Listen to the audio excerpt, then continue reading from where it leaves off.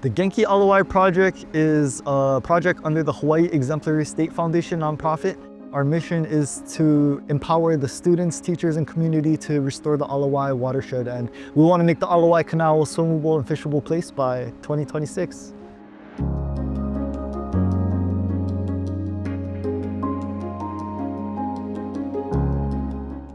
So right now we're on the island of Oahu. We are in Honolulu, Hawaii. We're in Waikiki.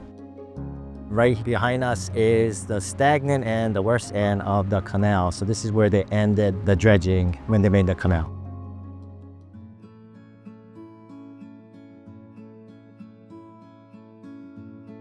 Three main streams feed into the Ala Wai: the Palolo and Manoa stream, the Makiki stream as well. There's also a lot of storm drains. So you can imagine that's where all of the pollution from upstream flows into the canal, and eventually that goes out into our ocean.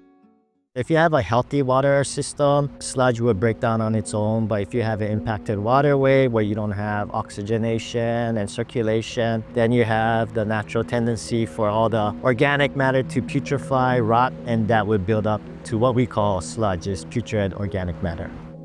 The sludge is what chokes out all of the oxygen from the canal. And without any oxygen, you can't have much life. So a Genki ball is essentially a mud ball that's packed with good microorganisms. Three simple ingredients: the soil, rice bran, and effective microorganisms. EM is usually in a liquid form, which we do pour into the Ala Wai Canal as well.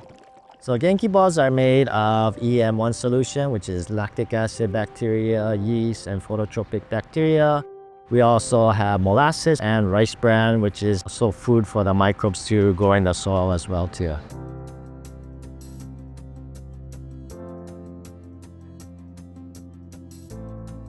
After you make the ball, we don't throw those in right away. It actually takes about a couple weeks for the Genki balls to ferment and dry out. We make it into a ball form so that it can actually sink to the bottom of the canal where the sludge is. And from there, the ball will embed itself into the sludge, and the microorganisms will be released and they will digest any organic matter.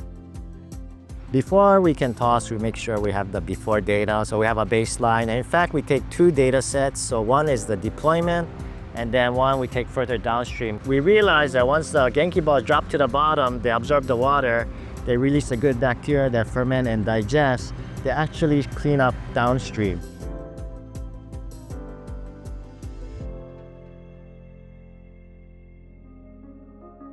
Some of the biological indicators we've been seeing is a lot more native fish returning, and we've even seen turtles, manta rays, eagle rays, and even a monk seal. That was the biggest news that came into the Ala Wai Canal twice within 2 years, which was unheard of before this project started.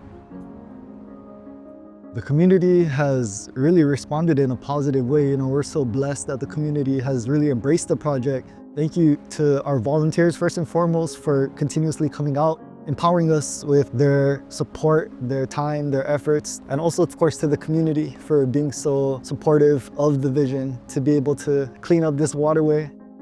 We're also thankful for the schools letting us some space for our materials, and of course all the different businesses that also contribute to help fund our project as well too. So we're very blessed, and we need a lot of hands to reach our goals, so please check out the Genki Ala Wai website.